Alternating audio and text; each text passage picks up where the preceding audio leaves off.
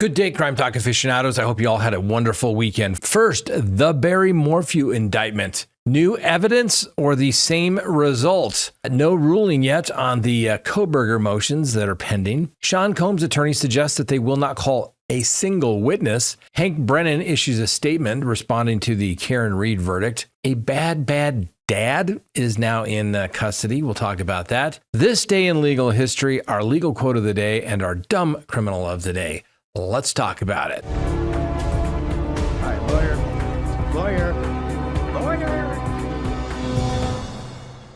Good day, everyone. My name is Scott Reich, and this is Crime Talk. Thanks for joining us. You know the drill. Subscribe if you haven't, like if you do, leave me a comment below, hit that little bell for notifications, and yes, you can check us out anytime on any of your favorite podcasting apps. Before we get started on today's docket, let me remind you to go to crimetalksearch.com, sign up for that background subscription service today. When you do, you'll be able to do as many background searches as you desire on anyone here in the United States, just to be clear. And literally, a report is sent to you while you wait. And that report is going to have all types of information about the person that you want to seek information about. You're going to find out their address. Do they own the place? Are they renters? Do they have relatives that live nearby? You're going to get information as it relates to their phone number, their email addresses associated with them, as well as their social media presence. You're going to find out if they have a criminal history, and you're going to find out if they're on one of those lists that requires them to register with the state. You know what I'm talking about. Anyway, go to crimetalksearch.com, sign up. You're going to be happy that you did. You all had a great weekend. I know I did until, it was like, 12:30 last night. And I kept hearing a little drip, drip, drip, and realized I had water dripping from the ceiling. I think the air conditioning unit was leaking. And then it's even more surprising that you can't get anybody to come out, even though you think it's an emergency. They're like, we'll come see you next week. Okay, nothing sooner, huh? Nope, nothing. So if you're making good career choices, ladies and gentlemen, HVAC, plumbing, all the skills, I think that's where the future is at. So something to think about. All right, enough about my plumbing issues. Let's go ahead and open the record for Monday, June 23rd, 2025. And first on the docket, who do we have? Barry Morphew. That's right. The man previously accused of killing his wife, Suzanne Morphew, was arrested in Gilbert, Arizona, following a new grand jury indictment issued out of Alamosa County there in Colorado. Now, the Arizona Department of Public Safety officers apparently acted swiftly, taking Morphew into custody within just minutes of the indictment being issued. Now, Friday, Morphew was booked into the Maricopa County Jail, where he is going to be extradited back to the state of Colorado and face the charges of first-degree murder. He is not fighting extradition, which I always found that funny. Really, the only basis for which you can fight extradition is saying, that's not me. That's what in federal court, they refer to it as a identity hearing. Is this the right person? Some people always try to get cute. I'm going to fight extradition. Maybe if you're in a foreign land, it's a little more difficult.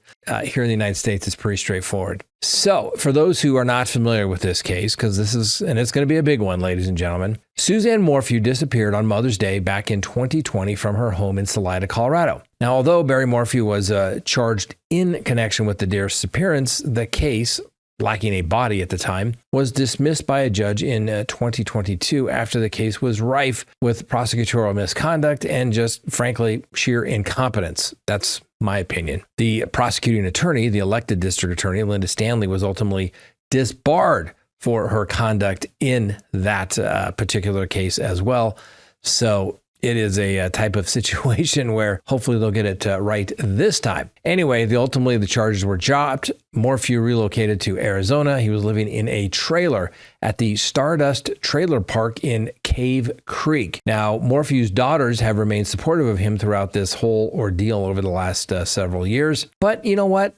Let's just do what we like to do. Let's just go straight to the document. So what I have here is the indictment here in the Morphew case.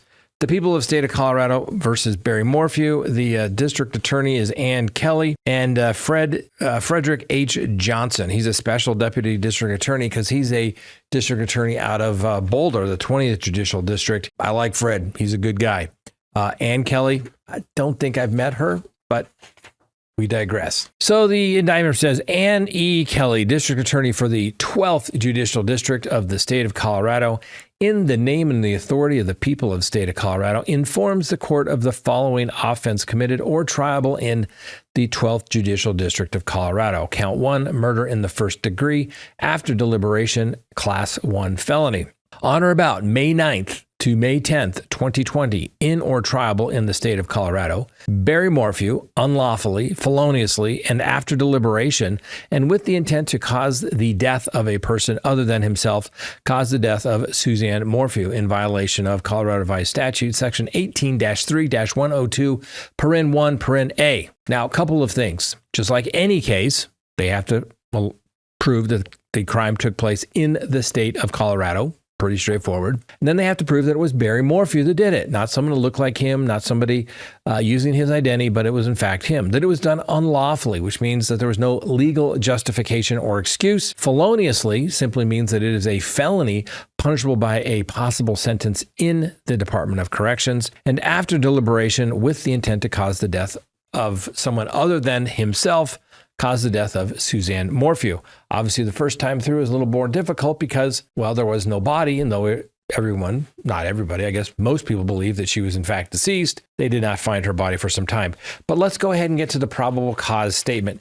Now, remember, the probable cause statement was basically the notes of the investigator at the time, and it went for 122 pages.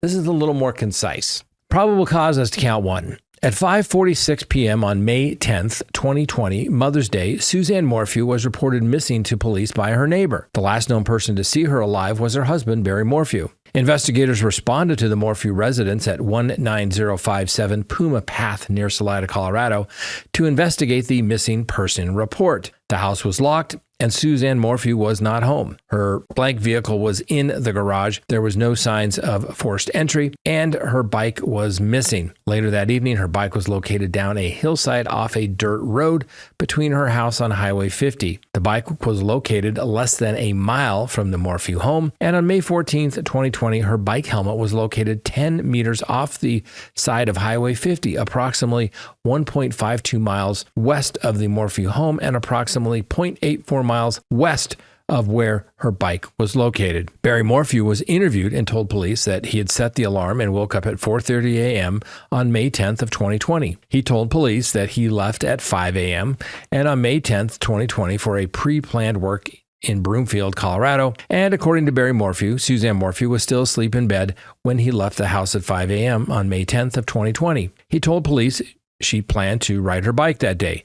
Barry Morphew stated that upon arriving in Broomfield that morning, he checked into a hotel before leaving shortly after for a job site. He told police that he received a call around 5 p.m. on May 10th, 2020 from his neighbors while physically at the Broomfield job site. The neighbors told Barry Morphew that his daughters were concerned because they could not reach Suzanne all day. Barry instructed the neighbors to check the house and specifically look for her bike. The neighbors reported to Barry that neither Suzanne nor her bike were at the house, and Barry instructed them to call the sheriff. Police interviewed one of Barry's employees scheduled to assist him with the Broomfield job. The employee told law enforcement that the employee and Barry were not planning to leave for Broomfield until the evening hours of May 10th of 2020. They were supposed to drive together. Instead, Barry left without telling the employee. Barry called the employee at approximately 11:18 a.m. and informed the employee that he had left without them. When the employee arrived in Broomfield on Sunday evening, the employee noticed that Barry Morphew had failed to bring the proper tools with him for the job, and the necessary materials for the job had not yet arrived at the job site. Review of the cameras at the hotel and nearby businesses revealed that Barry Morphew was in the Broomfield area for approximately 9 hours and 45 minutes. Of those hours, he spent less than 1/2 hour at the job site. Instead, besides 2 brief visits to the job site, electronic evidence and cameras from businesses showed him driving around to various locations and discarding unknown items in separate trash cans. Hotel footage then showed Barry Morphew arriving back at his hotel room and remaining inside the room from approximately 12:34 p.m. to 5:55 p.m. Inconsistent with his statement to police, he was in the hotel and not at the job site when he received the calls about his wife, Suzanne Morphew, being unresponsive and missing. In early interviews with Barry, he told law enforcement that his marriage to Suzanne Morphew was, quote, the best, end quote, and that the two had a, quote, wonderful weekend, end quote, together. When Barry was asked whether Suzanne would say anything different about their relationship, Barry stated, no. Barry Morphew's statements about his marriage to Suzanne were inconsistent with the witness accounts and evidence located. Specifically, investigators learned that Suzanne confided in people that she was unhappy in the marriage in the weeks and months leading to her disappearance. She discussed plans to divorce Barry Morphew with her close friend. She maintained documented notes of problems in the relationship recovered from electronic devices and the physical search of the Morphew home. Suzanne Morphew had been having a secret affair with an old acquaintance who lived out of state. She communicated with him daily over LinkedIn and WhatsApp. Suzanne's last known electronic message to anyone was it to this person on May 9th of 2020 at 12:11 p.m.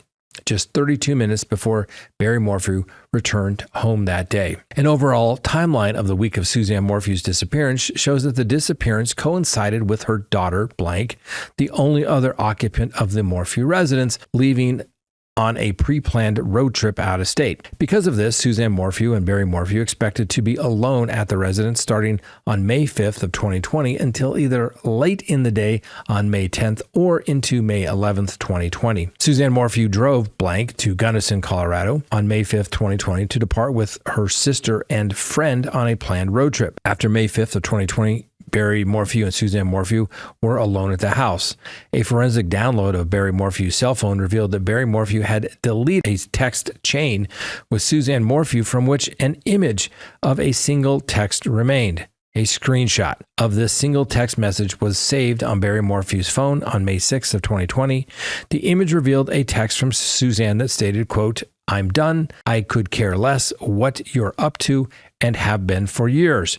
We just need to figure this out civilly, end quote. On May 11th, 2020, authorities commenced a search of the Morphew residence that spanned several days. The state of the residence and vehicles showed no signs of break-ins or intruder. Even with no signs of a break-in or intruder, law enforcement collected items of potential evidence and DNA swabs. DNA analysis of the swabs collected produced several DNA profile mixtures consistent with what would be expected in the common areas of the home or a vehicle. The mixture profiles were processed through offender databases and were compared to the profiles of known individuals who may have been present in the vehicle or the residence. The results did not lead to any stranger or intruder suspects. An expert in DNA analysis testified that law enforcement provided analysts with one of the partial profiles developed from the glove box of Suzanne Morphew's vehicle for further investigation using a keyboard search. This followed for additional comparisons to profiles in more databases with less stringent quality control standards than the National DNA Index for the limited purpose of creating possible investigative leads. That expert further testified that there was matches to outside databases nationwide. The term match used by DNA analysts does not mean identical. Rather, a match only means that there were other profiles that could not be excluded at the limited number of loci available from the partial profile for comparison. The expert explained that she then compared the matches from those databases to the partial profile from the mixture on the glove box and excluded those out-of-state profiles as not originating from the same contributor in all but 3 instances. Finally, the expert explained that just because the profiles from the databases matched at the limited loci available for comparison, it did not mean that any of the people from the out-of-state profiles were the same person that contributed the partial profile to the mixture on the glove box. Law enforcement investigated those 3 partial matches obtained from 3 separate out-of-state sources and found no connection to the case. Law enforcement located a locked gun safe in the garage during the search of the Morphew residence. Inside that gun safe, law enforcement located a dart rifle or tranquilizer rifle positioned towards the front of the safe. Law enforcement also found packages of Suno Darts brand tranquilizer darts in the gun safe. The package of the darts included capped hypodermic needles inside of them, which were designed to load the darts. The law enforcement found one of the needle caps in the dryer after the dryer contents were removed. Law enforcement also found men's shorts among the contents of the dryer that were removed prior to finding the needle cap. The shorts appeared consistent with the shorts Barry Morphew was seen on video wearing on May 9th of 2020, less than 1 hour before the return to the Morphew residence. No tranquilizer formula was located during law enforcement search of the home or vehicle. Police investigated numerous electronic devices and Suzanne Morphew's social media accounts, searching, among other things, for proof of life. That investigation revealed that Suzanne Morphew had not communicated electronically with any living person after 2:11 p.m. on May 9th of 2020. Her last possible activity on any account protected by password access was 3:08 p.m., over 24 hours prior to her being reported missing. Records showing her typical use of electronic and social media demonstrated that this was inconsistent with her typical pattern of life in the days leading up to her disappearance. Additionally, witnesses indicated they attempted to communicate with Suzanne Morphew throughout this time frame, but received no response from her. These witnesses indicated that her lack of response was out of the ordinary. Barry Morphew's electronic devices were also analyzed. A download of the infotainment system on Barry Morphew's truck recovered telematic data showing the location and activity of his truck at certain times on May 9th and May 10th of 2020. A download of Barry Morphew's cell phone showed additional location information. Based on that data from his cell phone, Barry Morphew returned to the Morphew's residence at 2:43 p.m. on May 9th of 2020. The data did not show his phone or truck leaving the residence again until the morning of May 10th of 2020. The download of Barry Morphew's cell phone registered events related to his phone. An expert forensic analyst determined that some of the events were in fact Barry Morphew's phone being turned off during the time frame of May 9th into May 10th of 2020. Turning off a cellular device effectively disables its ability to record location information. Specifically, the forensic analyst noted that Barry Morphew's phone download showed it was turned off at 2:47 p.m. on May 9th of 2020, only a few minutes after he arrived home at the residence where Suzanne Morphew sent her last electronic communication to anyone. At approximately 10:17 p.m. on May 9th of 2020, the phone was turned back on. Barry Morphew's cell phone was again turned off at 4:32 a.m. on May 10th of 2020, prior to him leaving the residence on his trip to Broomfield, Colorado, and was not turned on again until 5:37 a.m. when location information showed him on the road already in the area of Johnson Village, Colorado. Testimony established that the times Barry Morphew turned off his phone correspond to periods of time of significance in the case where location information was consequently unavailable. Similarly, further analysis of the information from Barry Morphew's infotainment system, the telematics in his truck, showed an irregular gap in recorded activities. Specifically, from approximately 3:49 to approximately 8:10 on May 10th of 2020, there is no record data registering on Barry's infotainment system. An indication of no truck activity from telematics is inconsistent with other facts developed from Barry Morphew's phone surveillance footage and Barry Morphew's statement about his activities on May 10th of 2020. Specifically, telematics data showed Barry Morphew's arrived at his residence at 2:43 p.m. on May 9th, 2020. It then registered various other activities throughout the afternoon at the residence until it ceased at 9:52 p.m. on May 9th of 2020. The telematics data then showed activities resume at 3:25 a.m. to 3:49 a.m. on May 10th, 2020 at a GPS location consistent with the driveway. Barry Morphew reported to law enforcement that he was asleep during this time frame, and from 3:49 to 8:10 a.m. on May 10th of 2020, the infotainment system or telematics did not register any data despite the fact that Barry Morphew's cell phone indicated the device was in Johnson's Village at 5:37 a.m. on that date, and Barry reported being in his truck traveling to Broomfield at that time. When recorded telematics data became available again in the records from the infotainment system download at 8:10 a.m. on May 10th of 2020. Corresponding GPS coordinates showed that Barry Morphew had already arrived in the Broomfield, Colorado area. This gap in registered data is inconsistent with the pattern of telematics data captured in the days and weeks leading up to the event. Phone records from both Suzanne Morphew and Barry Morphew were analyzed by expert investigators. The FBI CAST team analyzed phone records for both Barry Morphew and Suzanne Morphew to determine location information and device usage related to their cell phones. In Suzanne Morphew's phone records, there was no indication of any user-initiated activity after the time Barry Morphew returned home at 2:43 p.m. on May 9th of 2020. Suzanne Morphew's cell phone device continued to connect through RTT data with the cell tower that services the connections. However, were consistent with the tower reaching out to the phone to determine its location and not initiated by the user of the device. After 4:23 a.m. on May 10th of 2020, Suzanne's phones ceased to connect to all ever again. Just 8 minutes later, Barry Morphew's cell phone data showed his phone ceases to connect starting at 4:31 a.m., consistent with the cell phone download showing it powered off at 4:32 a.m. Suzanne Morphew's cell phone never registered on any tower other than the tower consistent with the Morphew residence from the time Barry Morphew returned home around 2:43 p.m. on May 9th of 2020 to the time it ceases activity altogether at 4:23 a.m. on May 10th, 2020. Despite searches for the devices, Suzanne Morphew's cell phone was never found. Police interviewed people that knew Barry Morphew prior to his move from Indiana to Colorado in 2018. These witnesses told law enforcement that Barry Morphew was a deer farmer in Indiana, and several individuals told law enforcement that Barry Morphew used a specific tranquilizer called BAM, BAM, to sedate and transport deer on his deer farm. Barry Morphew admitted to using BAM in both Indiana and Colorado. Specifically, he admitted to using BAM in Colorado as recently as April of 2020, stating that at the time he had tranquilized a deer from the breezeway on the Morphew residence. On September 22, 2023, human remains were found in and around a clandestine grave in Saguache County, Colorado.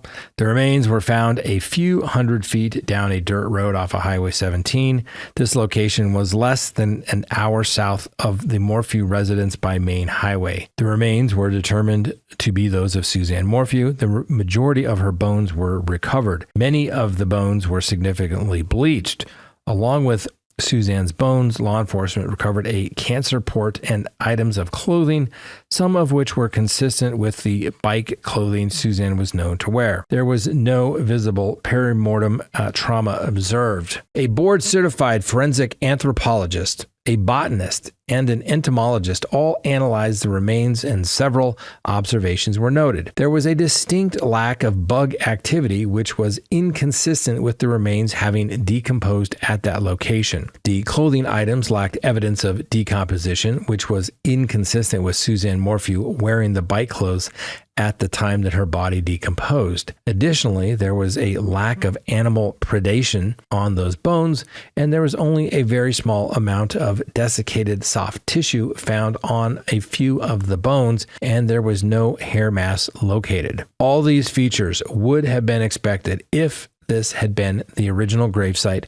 where decomposition occurred. The forensic anthropologist opined that based on these factors, it was unlikely Suzanne decomposed from a fresh body to a skeleton at this location. The El Paso County Coroner's Office conducted an autopsy. In addition to the standard toxicology testing, the Coroner's Office conducted additional toxicology testing at the request of law enforcement for the presence of the chemical mixture known as BAM, or the combination of butorphanol, azarperone, and medetomidine. The chief toxicologist tested Suzanne Morphew's bone marrow for the presence of BAM.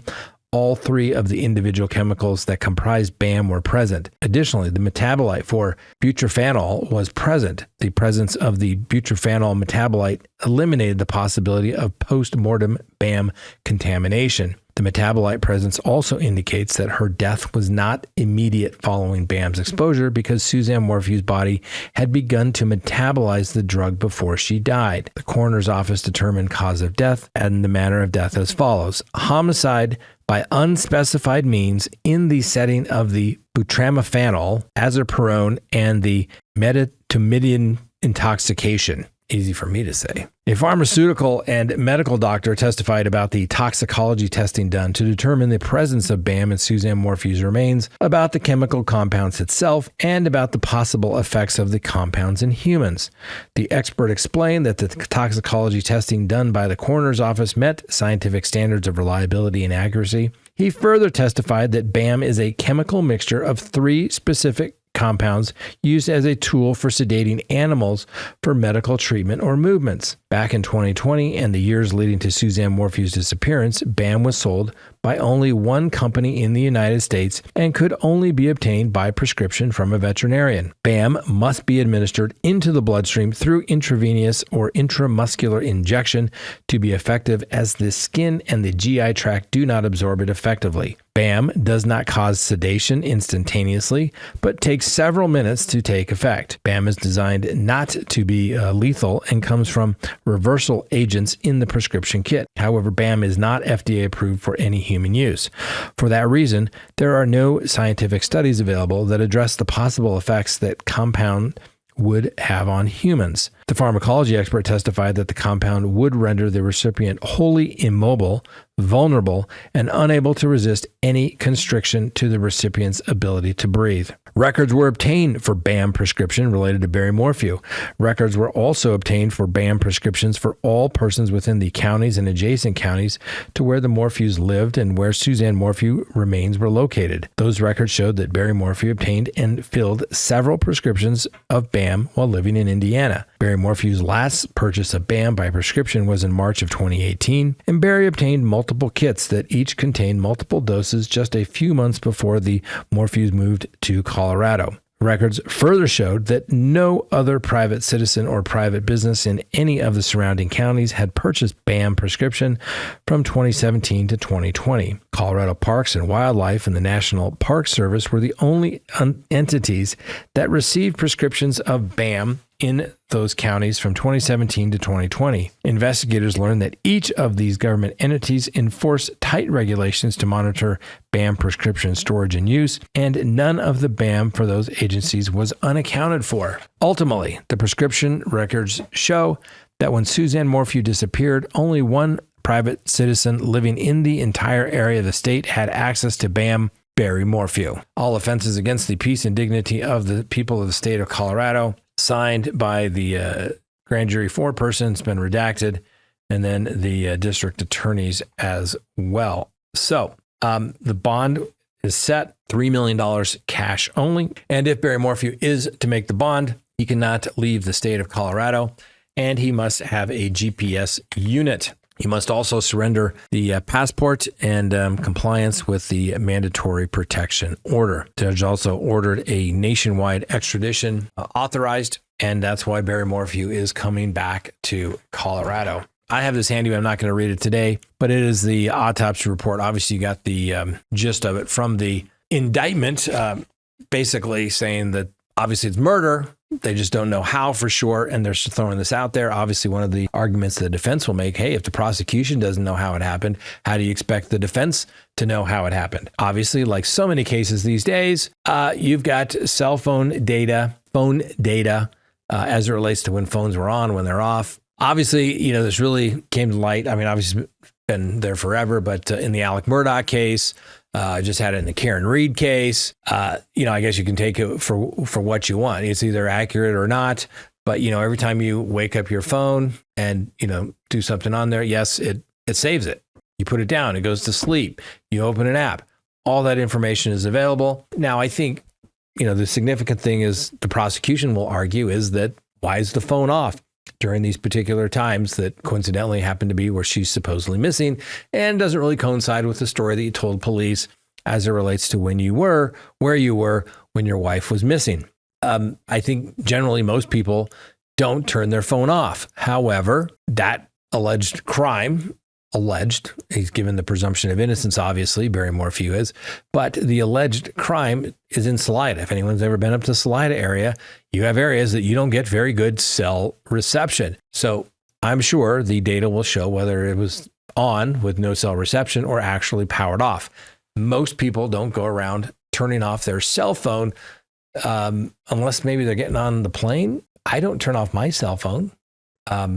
Just because I don't turn it off unless I need to reboot my phone. So something to think about. Obviously, we've got a long way to go.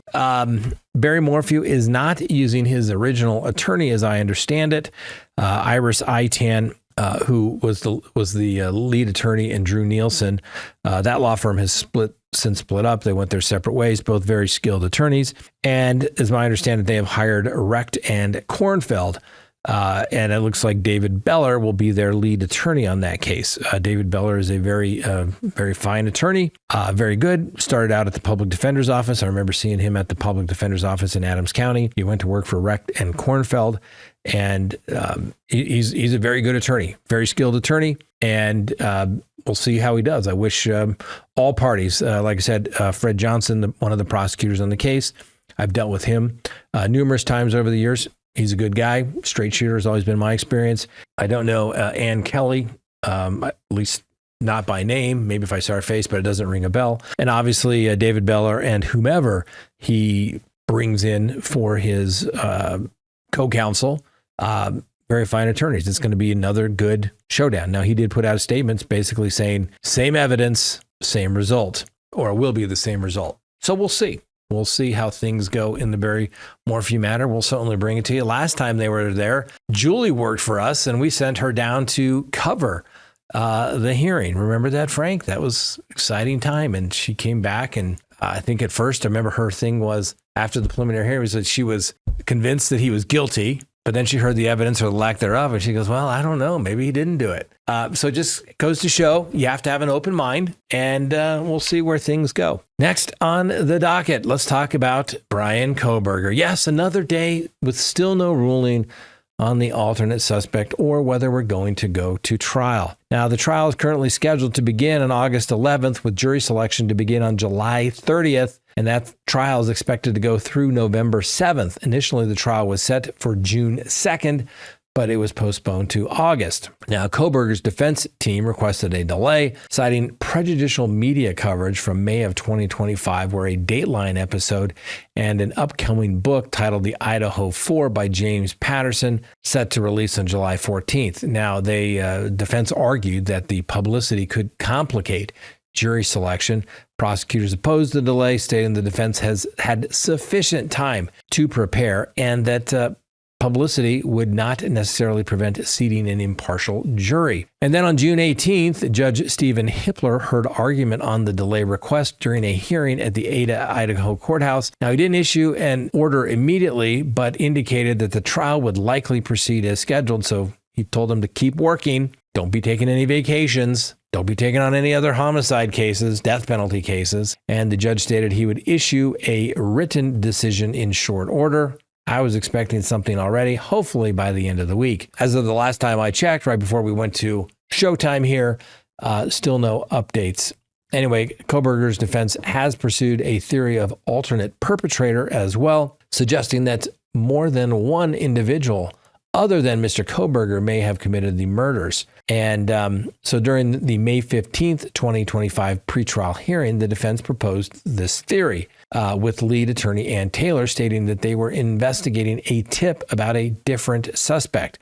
Now, a defense expert is expected to testify that the crime likely involved at least two perpetrators, which I don't think that's great for the defense, because obviously they're saying one is sitting there at the table, and two, I think I'd go with, it wasn't my guy. You just got the wrong guy, which is what they're doing, but doesn't help you that you have two. Now, of course, you got the other DNA that was discovered at the property. We talked about that last week. Go check out that show. We also talked about previously the alternate suspect case law in Idaho, where you basically have to show that another person committed this crime, and that the judge should basically issue an arrest warrant for that particular person because the prosecutors and the police got the wrong guy. Last I checked, Bryan Kohberger still in custody, so I'm not giving a whole lot of weight to the court granting the alternate suspect theory, but we'll have to wait and see, obviously, because so much of this information is sealed, which really bugs me about Idaho.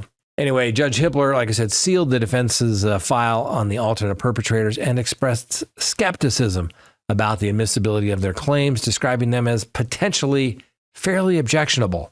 He ordered the defense to provide concrete evidence and argument for admissibility by the May 23rd date, which prosecutors were required to respond by June 6th, which they all did. And then a closed-door hearing was held on June 18th to discuss that alternate suspect theory, and the defense claims to have submitted proof of another culprit based upon the tip found in discovery that apparently the prosecution said they knew nothing about. Remember, they said there is no alternate suspect. There is nothing out there. The defense turned the discovery into a potential tip. Who knows? We'll see. I don't know. None of us know. Anyway, no ruling was issued and has not publicly disclosed a decision on whether the evidence will be admissible at trial. So ultimately, no final ruling on the admissibility of the alternate suspect evidence has been filed by the court.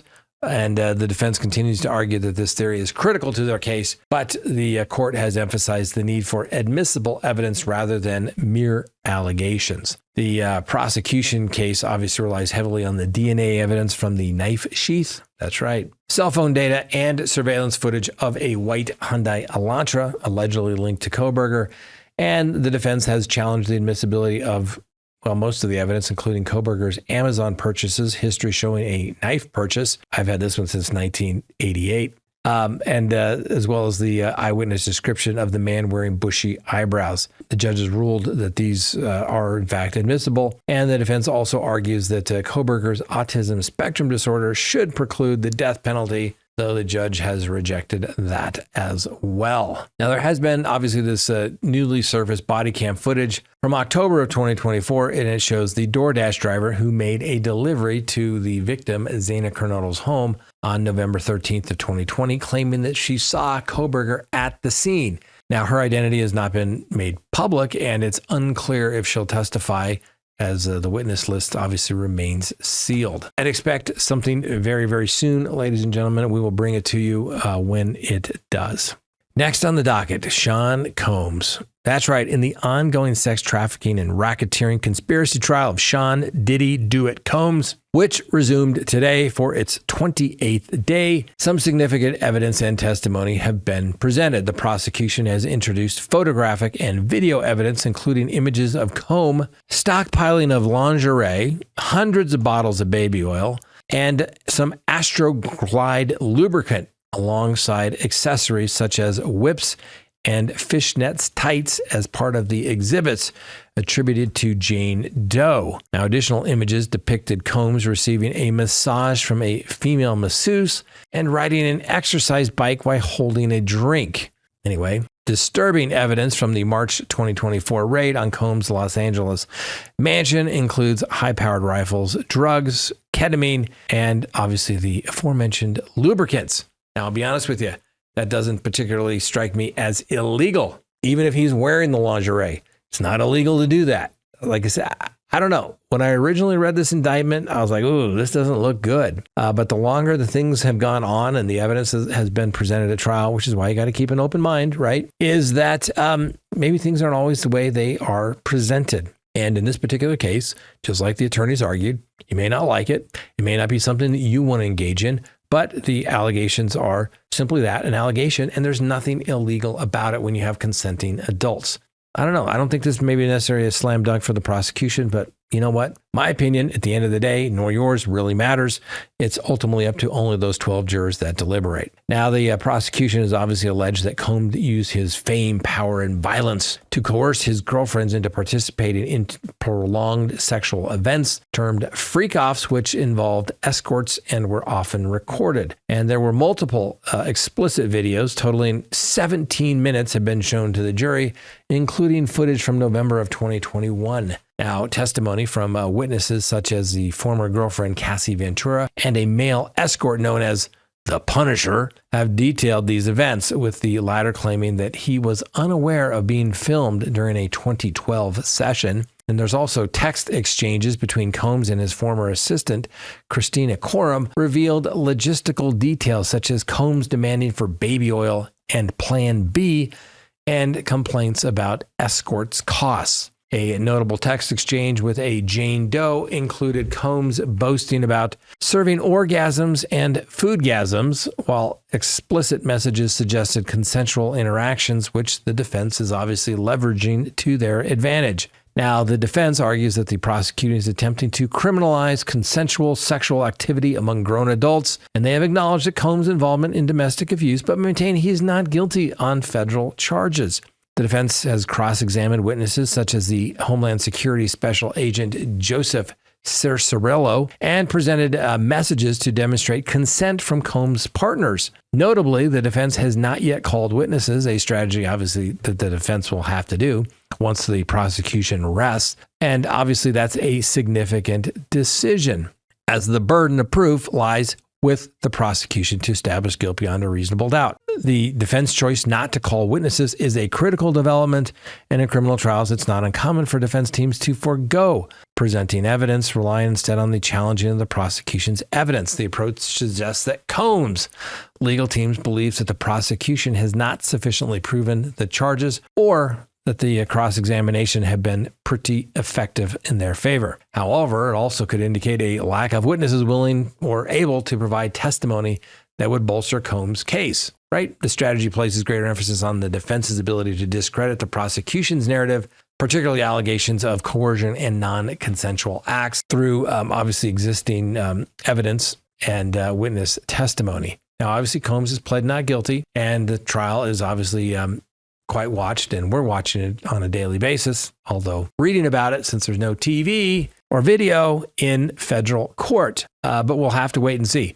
I've said this before. I have won more trials when the defense presents no evidence. You basically just build up in voir dire proof beyond a reasonable doubt. It's not a vague, imaginary, or speculative doubt, but a doubt that would cause people to pause in matters of great importance to themselves and let them know that it is the highest form of proof known anywhere in the law, in the world.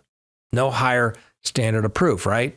Civil cases, preponderance of the evidence, simply more likely than not. Clear and convincing evidence, that's usually the standard when they want to take away your kids when they say you're a bad person.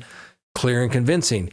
So the burden of proof to establish guilt in a criminal case is higher than it is to take someone's children away if they were being prosecuted for basically being a bad parent.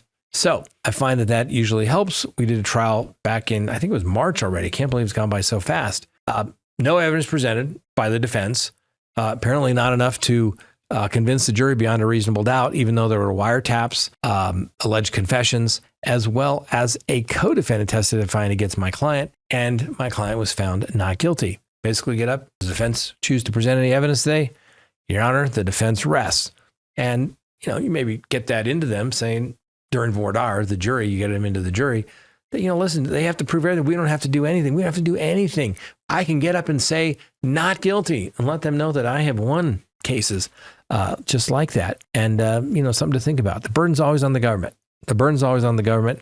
Generally, most people don't trust the government, so the government's evidence has to be overwhelming, which is a nice segue into the Karen Reed case, where apparently the evidence was not overwhelming. And anyway, the special prosecutor, Hank Brennan, issued a statement today responding to last week's verdict in the Karen Reed trial. In the statement, he says that his investigation led him to believe that Reed and no one else was responsible for John O'Keefe's death. Now, Brennan also blasted what he called a campaign of intimidation and abuse that has been waged in public and on social media, calling it the antithesis of justice. He said if this type of behavior becomes commonplace, it will threaten the integrity of the judicial system, affecting both victims and the criminally accused. He offered his condolences to the O'Keefe family and said he hopes that with last week's verdict, the witnesses and their families will be left alone. The harassment of these innocent victims and family members is deplorable and should never happen again in a case in the Commonwealth. Obviously, Reed was found not guilty of second-degree murder, manslaughter, and leaving the scene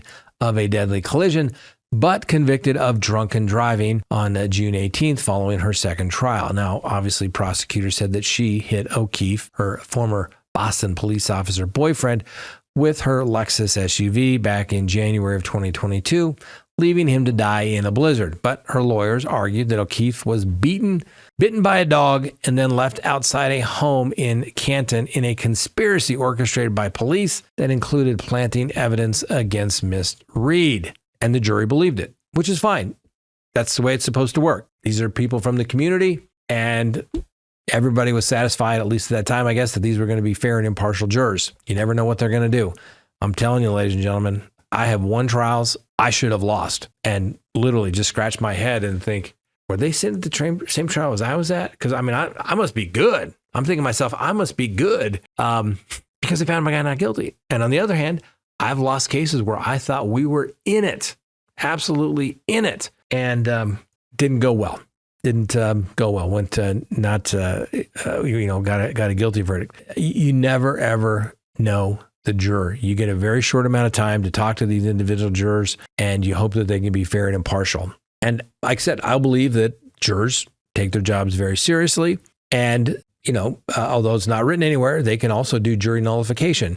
You used to get a lot of jury nullifications, 20 years ago when it was a petty marijuana possession charge. Somebody was going to lose their job at the time for, using marijuana or being busted for it, go to trial, and the juries would jury nullify. They would completely ignore the evidence and find clients not guilty. And so that's their right. That's their right to do so. It's the ultimate check on both the prosecution and the defense. We'll just leave it at that. But let's give you the full statement just so nobody can say we're taking anything out of context here. So the full statement: I am disappointed in the verdict and the fact that we could not achieve justice for John O'Keefe and his family. District Attorney Michael Morrissey appointed me, giving me full discretion to independently assess the case and follow the evidence no matter where it led. After an independent and thorough review of all of the evidence, I concluded that the evidence led to one person and only one person. Neither the closed federal investigation nor my independent review led me to identify any other possible suspects or persons responsible for John O'Keefe's death. The campaign of intimidation and abuse that has been waged, funded, and promoted in public and on social media is the antithesis of justice. And if this type of conduct becomes commonplace, it will threaten the integrity of our judicial system, affecting both victims and criminally accused. We cannot condone witness abuse, causing participants to worry for their own safety or that of their families. It is my hope that with the verdict, the witnesses and their family will be left alone. The harassment of these innocent victims and family members is deplorable and should never happen again in a case in the Commonwealth. My heartfelt condolences to the O'Keefe family and faith that over the coming years they will find peace and closure. Hank Brennan. So that's his official statement, ladies and gentlemen. I agree. Witnesses should not be tampered with. That goes to the heart of the judicial system. I'm not throwing stones. I'm not saying anything happens. I don't know. But I know, it's a big deal. Let's say you have a homicide case and the witness gets killed. It used to be, that was like a death penalty case. You don't tamper, intimidate, right? That's called witness tampering. You can't do anything to intimidate or attempt to change one's testimony or for their participation in it. That's called witness tampering and intimidation.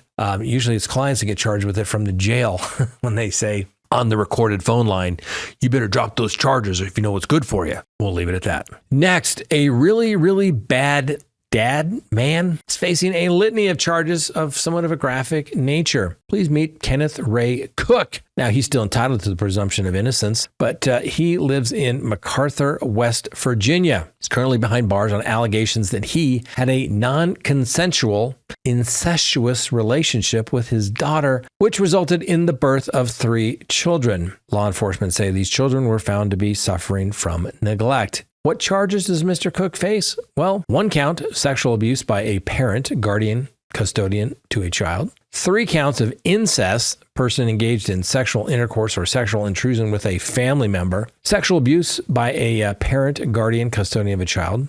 Child neglect resulting in injury and criminal penalties. 1 count of sexual assault in the 3rd degree, 1 count of sexual abuse by a parent, guardian, custodian of a child, gross neglect of a child, creating a substantial risk of death or serious bodily injury. Needless to say, Mr. Cook is currently housed in the Southern Regional Jail there in West Virginia, and he has a $500,000 bond. He is due back in court tomorrow, June 24th, for a formal arraignment. Ooh. All right, show of hands. Who's represented somebody in an incest case? I have. They're horrible. Horrible. Let me just give you an example. One of the worst. Mother is accused of basically killing a child, leaving it and abandoning it in a walkway. And it comes about that she basically didn't bond with the child because, well, she didn't really feel that good about it because, well, who is the dad? Oh, her dad. But they were holding themselves out as married. True story. Not making this up. So they prosecute her for the death of the child. They prosecute my guy, the dad. And it was ironic because I had very similar type cases at the same time. And that particular case got a sweeter deal because his daughter, who had lost her child, it was actually the father and technically a grandpa, I guess, just didn't want to deal with it. Too much trauma. And they didn't want to put her through it. So they basically gave our guy. And the reason they found out when my guy was gone was because he was a registered sex offender and he was back in prison. Whew. Horrible case. Horrible case. Not fun. It's just terrible. And this one, obviously, other children had been born as well. Now, we'll give Mr. Cook that presumption of innocence, but those are ugly, ugly cases. I've represented them, and I can honestly say I've never had to take one to trial because usually the evidence is so overwhelming. I take that back. There was a case, I guess it wasn't his child. It was more like his adopted child. So I guess that doesn't really count, although that's technically incest. But anyway, we digress. Horrible cases, ladies and gentlemen. Parents have one job. Remember what that is? Protect their children. Throughout nature, every mother protects their young. And fathers are supposed to do the same thing as well. Ew. Ick factor, right?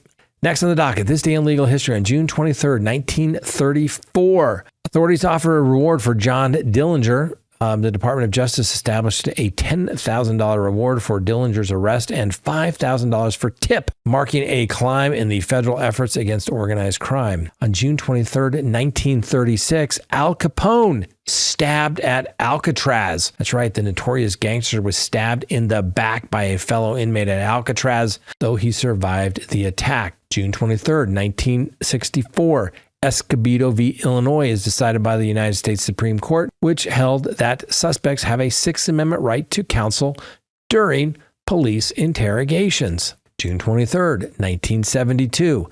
Title IX is signed into law by President Nixon, and that is the Education Amendments, including Title IX prohibiting sex-based discrimination in federally funded education.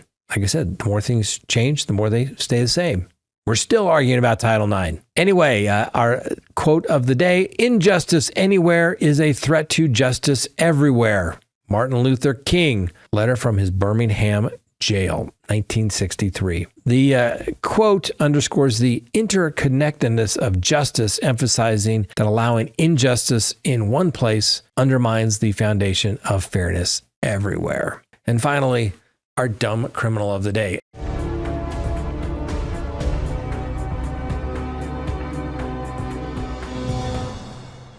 An 18-year-old is facing charges after she allegedly snapped a selfie posing with a fake rifle outside of a high school in New York. So the former student, a woman by the name of Erica Rodriguez, who happens to be 18, was accused of taking a selfie while holding an imitation rifle in front of the high school in Suffolk County in Long Island. Now, the school was subsequently placed into a lockdown.